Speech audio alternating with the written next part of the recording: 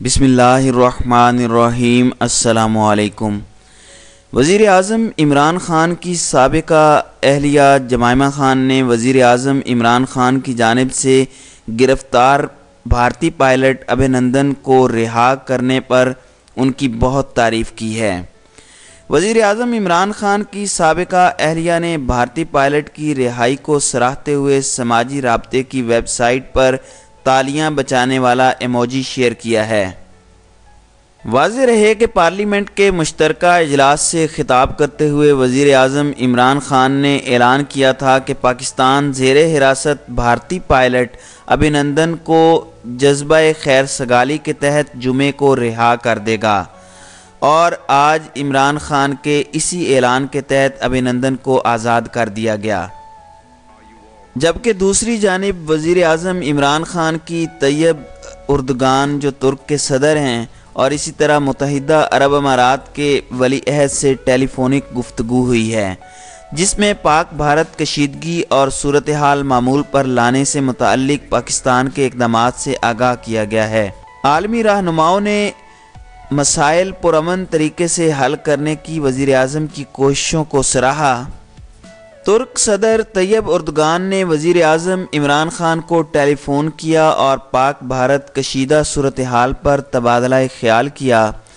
ترک صدر نے کشیدگی کے خاتمے کے لیے وزیر اعظم عمران خان کی پارلیمنٹ میں تقریر اور بھارت کو مذاکرات کی پیشکش کو سراہا۔ ترک صدر کا کہنا تھا کہ اسلام پرامن مذہب ہے اور معاملات کو پرامن طریقے سے حل کرنے پر زور دیتا ہے۔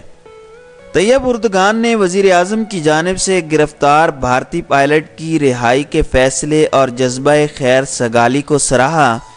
وزیر اعظم عمران خان نے ترک صدر کو بھارت کے ساتھ کشیدہ تعلقات پر بریف کیا۔ وزیر اعظم نے بھارت کے ساتھ کشیدگی کے خاتمے کے لیے پاکستان کی جانب سے کیے گئے اقدامات سے بھی آگاہ کیا۔ وزیر اعظم عمران خان نے مقبوضہ کشمیر میں نہتے کشمیریوں کے خلاف بھارتی مظالم کی جانب بھی ترک صدر کی توجہ مبذول کرائی۔ وزیر اعظم عمران خان نے پاکستان اور کشمیریوں کی مسلسل حمایت پر ترک صدر کا شکریہ ادا کیا۔